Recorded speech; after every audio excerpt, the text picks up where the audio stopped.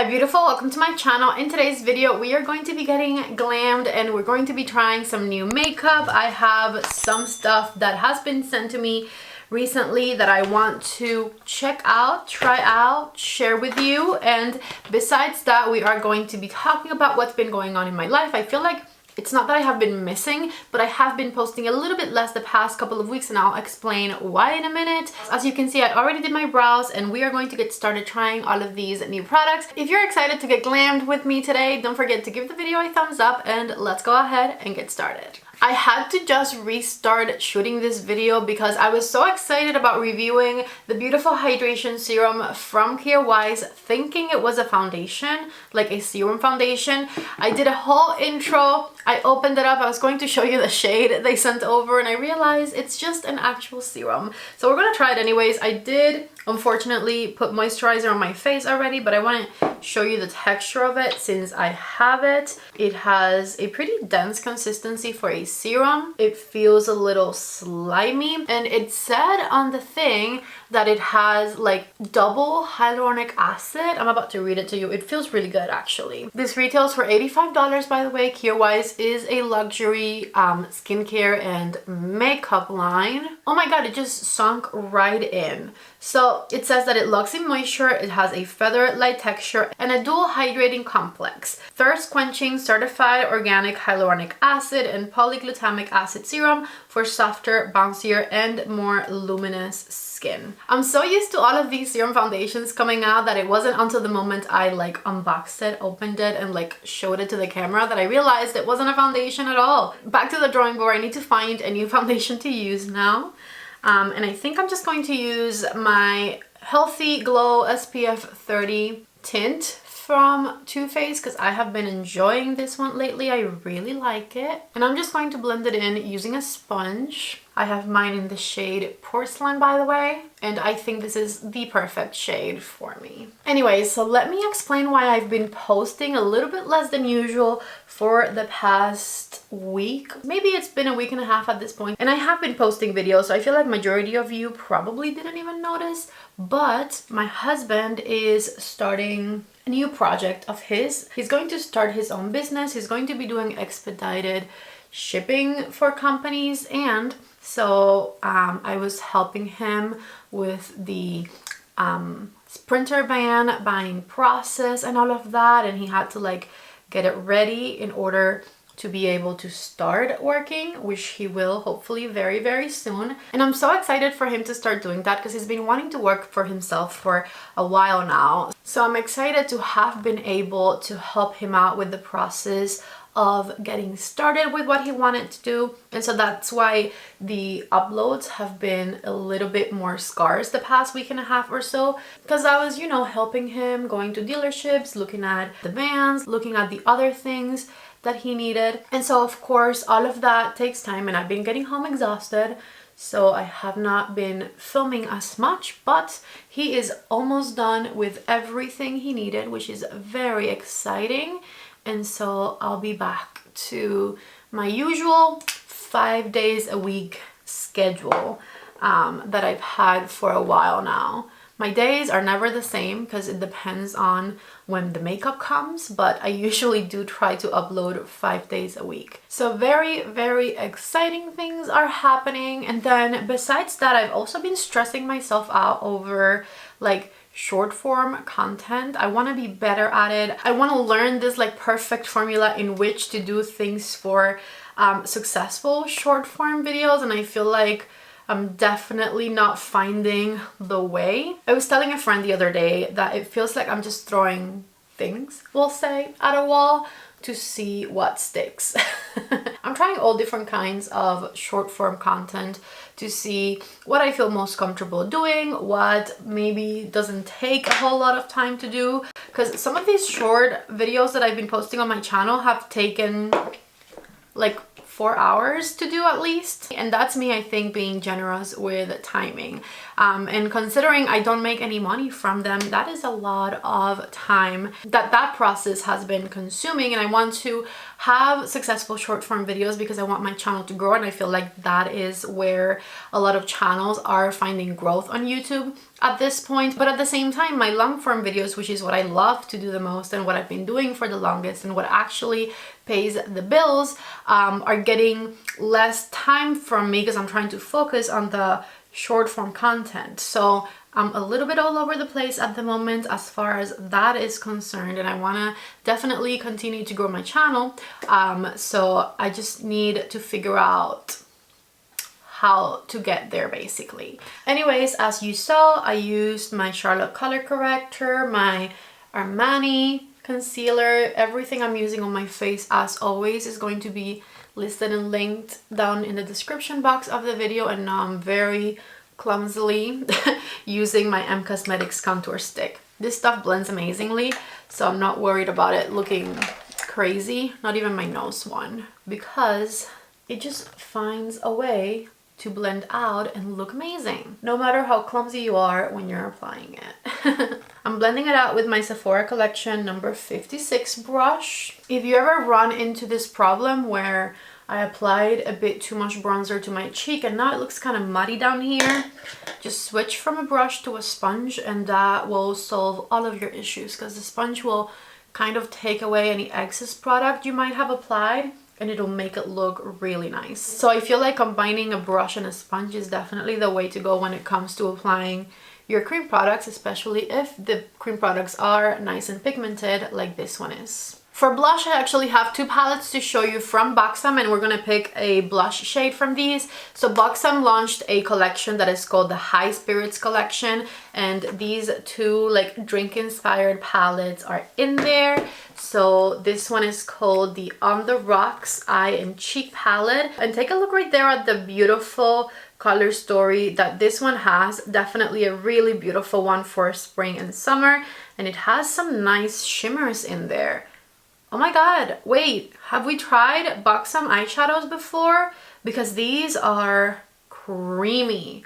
Take a look right there at how beautiful these are and how beautiful they swatch as well. I knew they would swatch nicely because they are super, super creamy to the touch. So this is one option, and this is the blush option right here. Let me just swatch it right on top.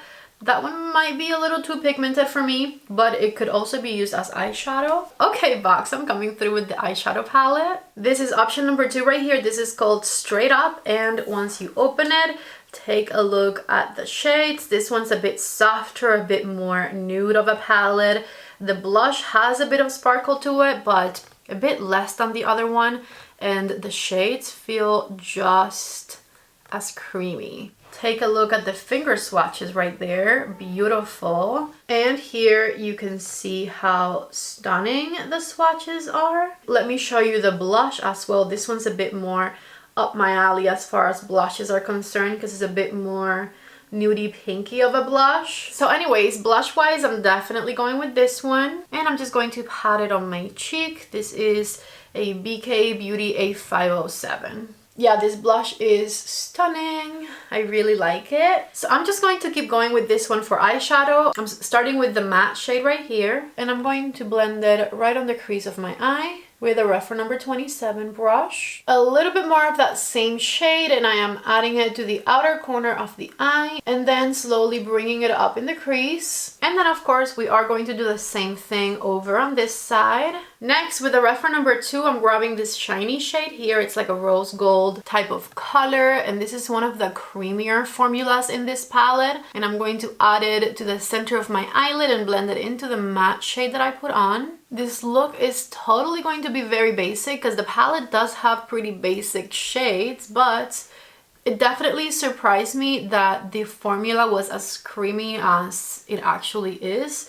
because I don't think I've ever tried Buxom eyeshadows before. So did you guys know that Buxom eyeshadows are super creamy? Because this is definitely news to me. Usually the Buxom lip plumping glosses are what I recommend from them because those are amazing and everyone loves them. But the fact that the eyeshadows are so creamy really surprised me. So with the other side of that brush, I'm going into the light shade and we are going to add it to the inner half of the eye and the inner corner. And I'm just tapping it here with my REPHR number 2 brush. The other palette I was debating to try, and I ended up not even showing you because I like these so much, was this Mineralist palette from Bare Minerals in the shade Warmth.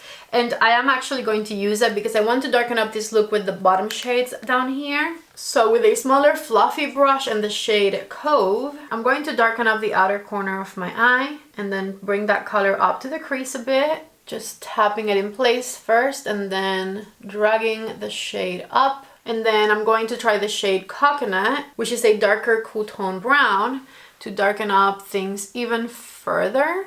So I'm just patting it in place and then blending it. And I'm being light-handed with it because I don't want it to get out of hand. I don't want it to get too dark. But I did want to add a bit more depth to my eye look for sure. And this is another pretty basic palette in the sense that a lot of different palettes have shades like these, but this is another brand whose palettes I don't try often. And I did know that Bare Minerals had good palettes, but it's been a very long time since I tried one. And I mean, the shades are pretty, they are pigmented, and they are blending out nicely as well. I like it, I like it. I'm going to mix the two shades with my REPHR number 13, and I'm going to smoke out my lower lash line with it, just back and forth down here. And this is an eyeshadow formula that seems to be like nice and buildable rather than a palette where it might be too pigmented and then you don't know what to do with it. So with this one, you can kind of easily build up the intensity to your desired amount rather than freak out about like things not blending out, you know? Just adding a bit more to my under eyes to make it as intense as the outer corner of my eye. And I'm going to use a brown eyeliner from Glossier to darken up the waterline a bit more to make things a bit sultrier looking. See, check out the difference between waterline eyeliner on and nothing over here still. Alright, so here's the eyeshadow on, and for mascara I have a new mascara that I have been wanting to try for a while, but I was waiting to try it on camera. So this is the Wink Lash Trio from Kaja, and it is a 3-in-1 mascara product. This has been doing rounds on the internet for a while. I'm sure you guys have seen it, but I hadn't tried it myself, and so I'm dying to get into it. So it has magnets, as you can see. You can separate it, or you can put it all together and form the trio. And it's got a clear coat, a lengthening coat, and a volumizing coat. So we're going to use all 3 of them today, starting with the clear one. I'm very intrigued about this one because I love layering on my mascara. So clear coat, here we go. I'm assuming the clear one goes first because I'm assuming the clear one's like a primer, but I might be wrong. Did I do any research? No, I didn't. It actually, I think, says the steps because clear says 01, volumizing says 02, and lengthening says 03.